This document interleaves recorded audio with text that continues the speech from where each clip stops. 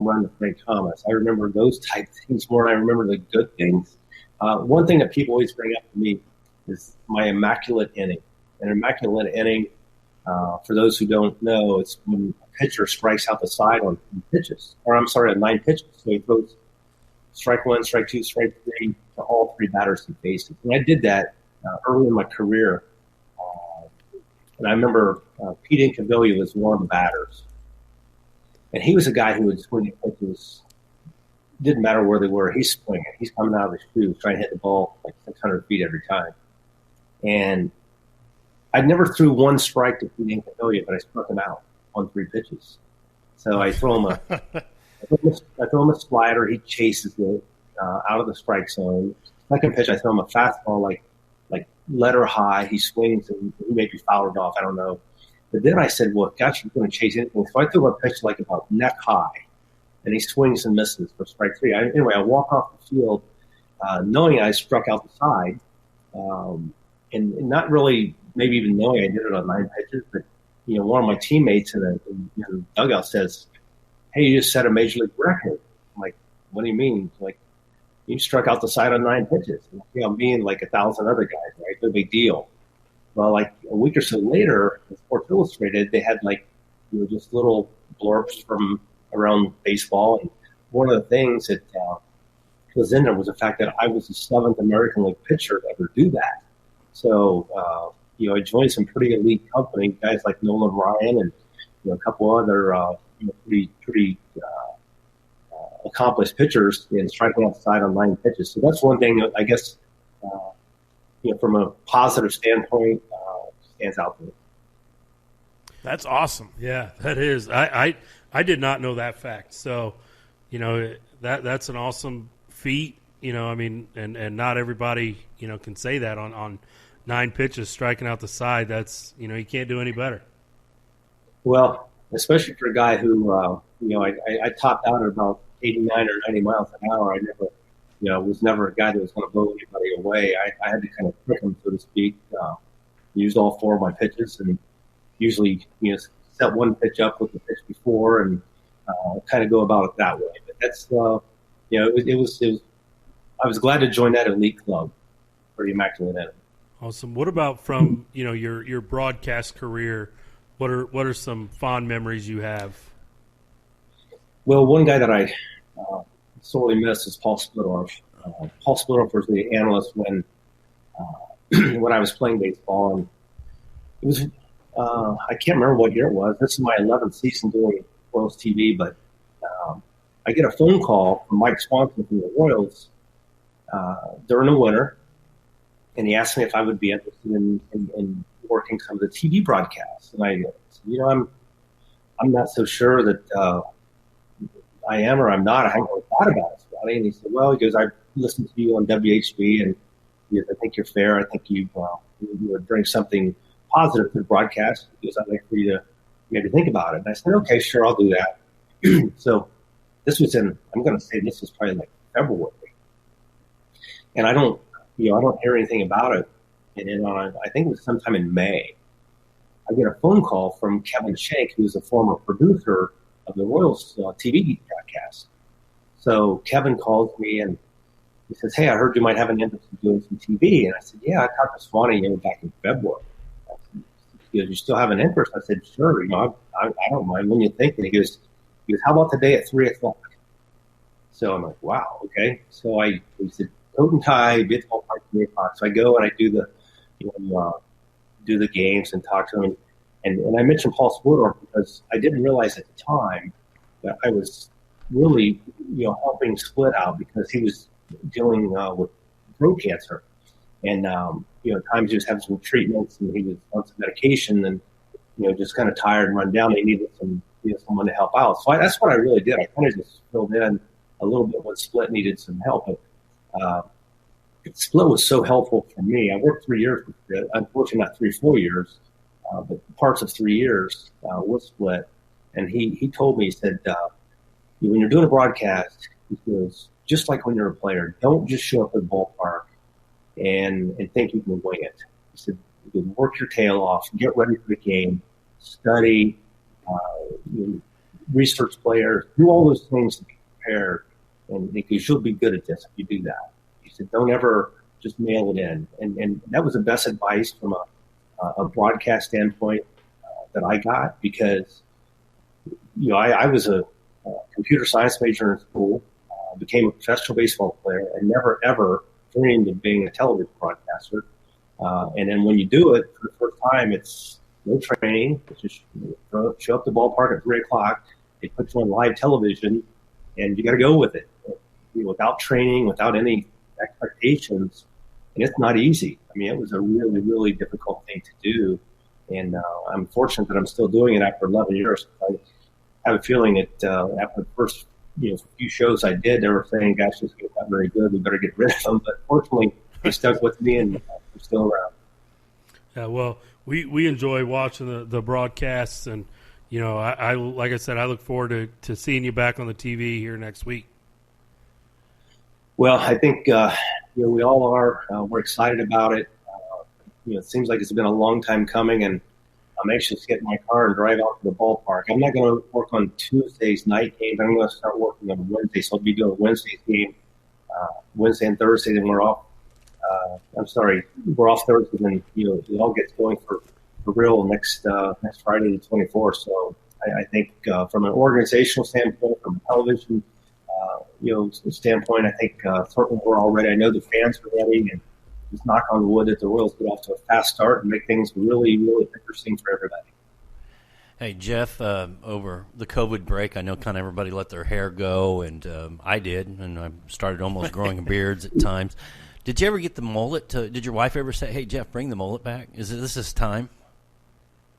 My hair's probably a little longer now than it has been for a few years, but my hair just doesn't grow the way it used to. It's I guess that's a sign of old age. You just don't have the same length that you did before. Well, I liked whenever I sent you the picture of the Chiefs free agent punter.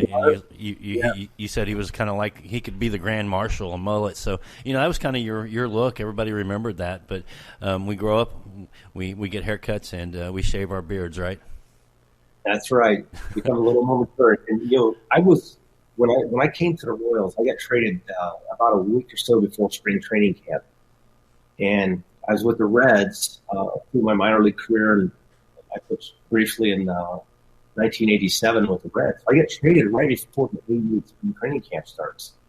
And with the Reds, it was like, especially for guys who maybe needed a little more service time to feel like they could do their own thing, you had to have short hair. I mean, no facial hair at all. And in the minor leagues with the Reds, if you show up at the ballpark with any length at all in your hair, the manager would tell you, before you come put that uniform on, you better run down to the barber shop because your hair's a little bit too long. So they would make you keep your hair really, really short. So I had just gotten a haircut, before I got traded. So I show up in the Royals spring training camp, and I remember Mark Gubicza, who he was in the mullet club also. Yeah. He said, "Dude," he goes, "your hair's too short, man." He goes, "You look too much like our general manager." He said, "We need to let your hair grow." So I kind of took it as let it grow out, and I started having some success. And then I attributed my success to the mullet, so I just kept it going for a while. But after a while, times changed, and had to cut it off.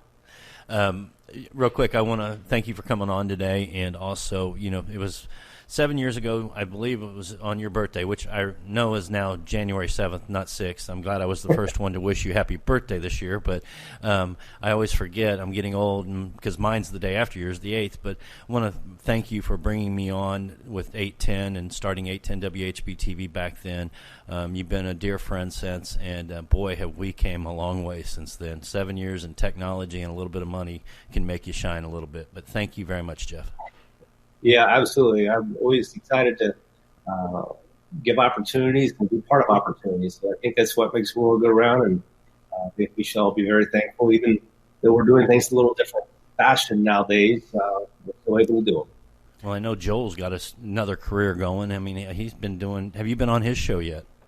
Yeah, I've been on with him a couple times, and, yeah, he's really done a nice job with his speaking business. And I think, unfortunately, the speaking business not that it's on hold. He said it do more virtual speaking, but it's just something that in baseball, you get 6 months where you do nothing essentially, and it was really nice for Joel to be able to start that little business, and he's growing it nicely, and I know he enjoys it a lot. He's got he's got a routine. He's got some very special people that he's networked with and been associated with, so it's been great for him as well, and it's been fun to watch that progression. Well, I got to say it. We haven't heard it in a while. Royals Hall of Famer Jeff Montgomery. I wish you got a quarter for every time he said it. Yeah, that would be nice. I don't think there's enough change in the world right now, though. No, we have to be using gift certificates. We'll do he'll give you just a gift certificate every time. All right, so before we let you go, we always got one final question. It's really hard. It's actually, I even say it's slightly political going for Kansas City. So, you got to be careful not to burn any bridges. So here it is.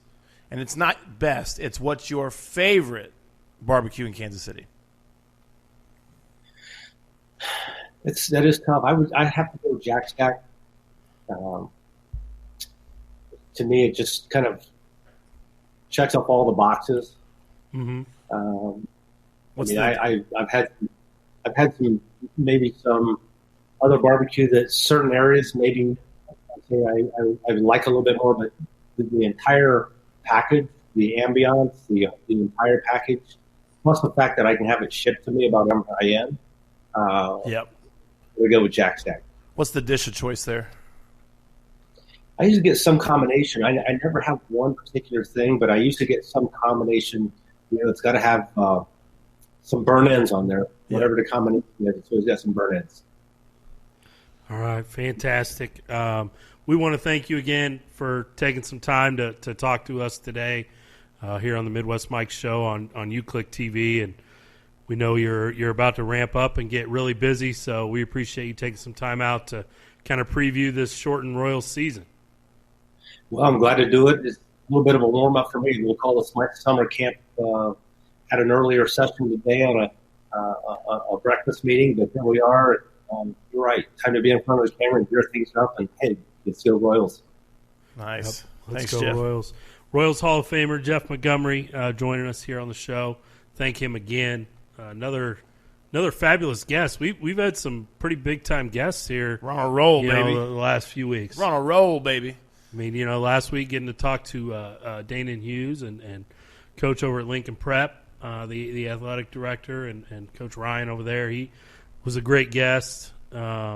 Everything's been, kind of rolling, and we're gaining some momentum. So, I'm excited. Like I said, it was great to be able to talk some baseball because we are 9 days away from a live Royals game being on my television.